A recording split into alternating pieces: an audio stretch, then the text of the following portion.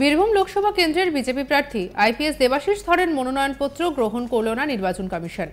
কমিশনের যুক্তি, no due certificate দাখিল করেননি বিজেপি প্রার্থী আইপিএস দেবাশিস ধর। এই সংক্রান্ত দিল্লি হাইকোর্টের একটি রায় রয়েছে, যাতে বলা হয়েছে প্রার্থীকে বিদ্যুৎ, জল, বাসস্থানের বকেয়া অর্থাৎ ডিউ ক্লিয়ার করতে হবে। দিল্লি হাইকোর্টের এই রায়কেই হাতিয়ার করেছে জাতীয় নির্বাচন কমিশন। যদিও আগেই এই আশঙ্কা থেকেই দেবতনু ভট্টাচার্যকে প্রার্থী করেছে বিজেপি, তবে মনোনয়নপত্র গ্রহণ না করায় হাইকোর্টে যাচ্ছেন প্রাক্তন পুলিশ কর্তা দেবাশিস ধর। যদিও দেবাশিসবাবু জানিয়েছেন, তিনি ভোটে যদি নাও দাঁড়ান তাহলেও বিজেপির জয় নিশ্চিত। একই সঙ্গে এই ঘটনায় রাজনৈতিক ষড়যন্ত্রই দেখছেন তিনি। বিজেপি প্রার্থী দেবাশিস ধরের কি বক্তব্য শোনাবো।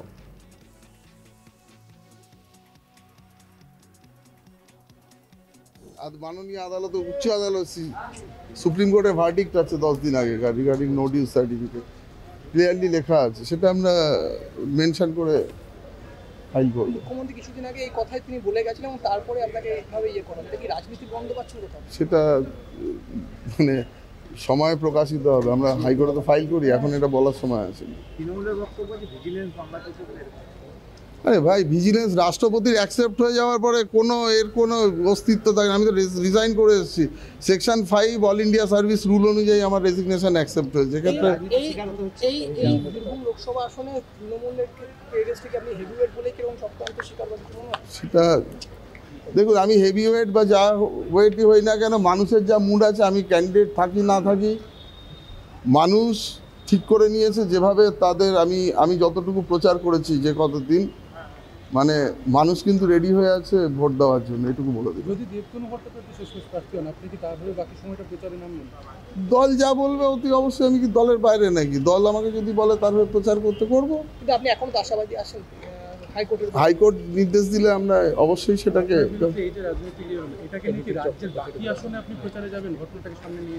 যদি দল বলে নিশ্চয়ই যাব, আমি তো দলের বিরুদ্ধে নেই।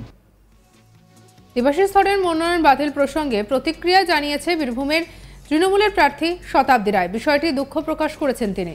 তার মতে, বিরোধী দলের হলেও একজন প্রার্থী যখন ভোটে দাঁড়ান তখন তার মানসিক প্রস্তুতি থাকে, তাই হঠাৎ করে এই প্রচার শুরুর পরও মনোনয়ন বাতিল হওয়ায় তার খারাপ লাগাটা খুব স্বাভাবিক। তবে একই সঙ্গে শতাব্দী জানান, দেবাশিস ধর নির্বাচনে লড়ায় তার জয়ে কোনো প্রভাব পড়বে না। কি বলছে শতাব্দী রায়, শুনবো।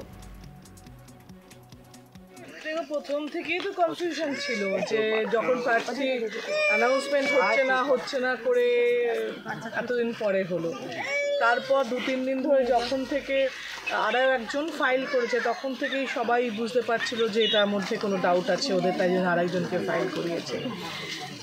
তারপরেও আমার ধারণা যে উনি, আমি মানে বিরোধী হলেও আমার খারাপ লাগছে, কারণ একটা মানুষ যখন প্রার্থী হয় তার একটা মেন্টাল প্রিপারেশান থাকে, সে লড়বে, জিতবে না জেনেও লড়বে, কিন্তু লড়ারও একটা তো সেট আপ থাকে।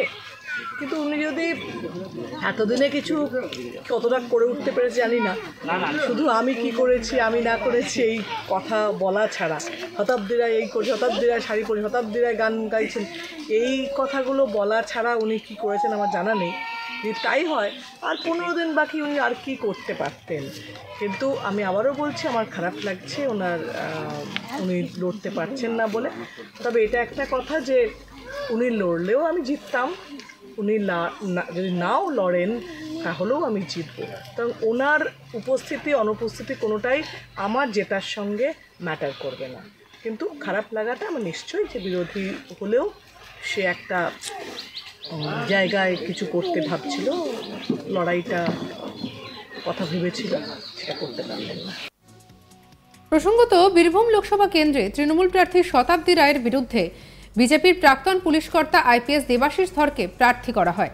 2021 সালে বিধানসভা নির্বাচন চলাকালীন দেবাশিসবাবু কোচবিহার জেলার পুলিশ সুপার ছিলেন। নির্বাচনের দিন শীতলকুচিতে বুথে ঝামেলার সময় গুলি চলায় কেন্দ্রীয় বাহিনীর জওয়ানরা, এবং সেই ঘটনা নিয়ে রীতিমতো পরিস্থিতি সঙ্গীন হয়ে ওঠে। গুলিবিদ্ধ হয়ে মৃত্যু হয় 4 জনের। আর এই ঘটনায় তৎকালীন পুলিশ সুপার দেবাশিস ধর নির্বাচন কমিশনকে যে রিপোর্ট দেন তাতে নাকি অখুশি ছিল রাজ্য সরকার। অভিযোগ, এরপরেই দেবাশিসবাবুকে সাসপেন্ড করা হয়।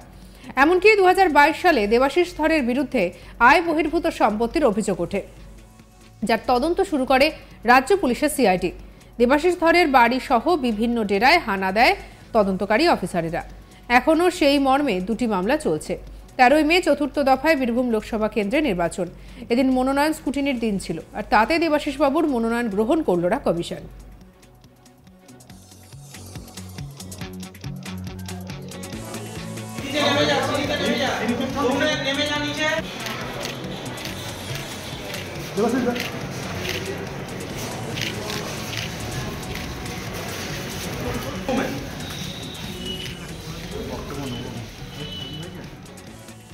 তবে মনোনয়ন বাতিলের আভাস পেয়েই এই কেন্দ্র থেকে দেবতনু ভট্টাচার্যকে প্রার্থী করেছে বিজেপি।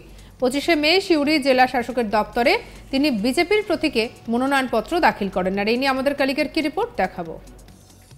বীরভূম লোকসভা কেন্দ্রে একদিকে শতাব্দী যেমন মেজা ছাড়াচ্ছেন, অন্যদিকে বিক্ষোভের সম্মুখীন হচ্ছেন, ঠিক উল্টো পথে বিজেপির যে রণকৌশল, না মুখ্যমন্ত্রীর ধমককেই বিজেপি ভয় পেয়েছে, এই নিয়েই উঠছে প্রশ্ন।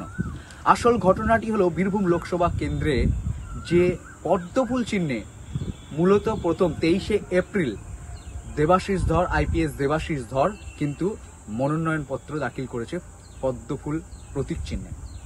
ঠিক 25শে এপ্রিল দেখা গেল দেবতুন্য ভট্টাচার্য, উনিও ভারতীয় জনতা পার্টি অর্থাৎ বিজেপির পদ্মফুলে মনোনয়নপত্র দাখিল করলেন। তাহলে বলা যেতেই পারে যে এক আসনে এক পদে 2 প্রার্থী, এমনই বীরভূম লোকসভা কেন্দ্রে কিন্তু ঘটেছে। আর এই নিয়ে রাজনৈতিক এবং মানুষের মনে অনেক প্রশ্ন উঠতে শুরু করেছে। কেন বিজেপি এক পদে 2 প্রার্থীকে দাঁড় করালো? 23শে এপ্রিল মুখ্যমন্ত্রী তারাপীঠের গড়গুড়িয়ার মাঠে একটি সভা করেছিলেন, আর সেই সভা থেকে বলেছিলেন দেবাশিস ধরের উদ্দেশ্যে যে আপনাকে রাজ্য এখনো ক্লিয়ারেন্স দেয়নি। আর এই মন্তব্যের পরই কিন্তু বিজেপি এক রণকৌশল নিলেন। দেখা গেল দেবতুন্য ভট্টাচার্যকে ভারতীয় জনতা পার্টি পদ্ম প্রতীক চিহ্নে আবার মনোনয়নপত্র দাখিল করতে বলেছেন, এরকমটাই জানিয়েছেন দেবতুন্য ভট্টাচার্য।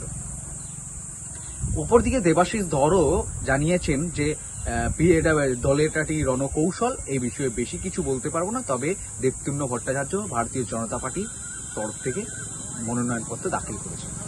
ঘটনাটা হচ্ছে যে স্কুটনিতে যদি কোনো কারণবশত দেবাশিস ধরের নাম বাতিল হয়, সেক্ষেত্রে বিজেপির হাতে আরো একজন প্রার্থী থাকছে, তিনি হচ্ছেন দেবতুন্য ভট্টাচার্য। বাংলায় প্রথম এরকম ঘটনা ঘটছে, বা এর আগেও অনেকবার ঘটেছে, কিন্তু 2024-এর নির্বাচনে। সঙ্গে রাখুন আজ তাক বাংলাকে, সাবস্ক্রাইব করে নিন।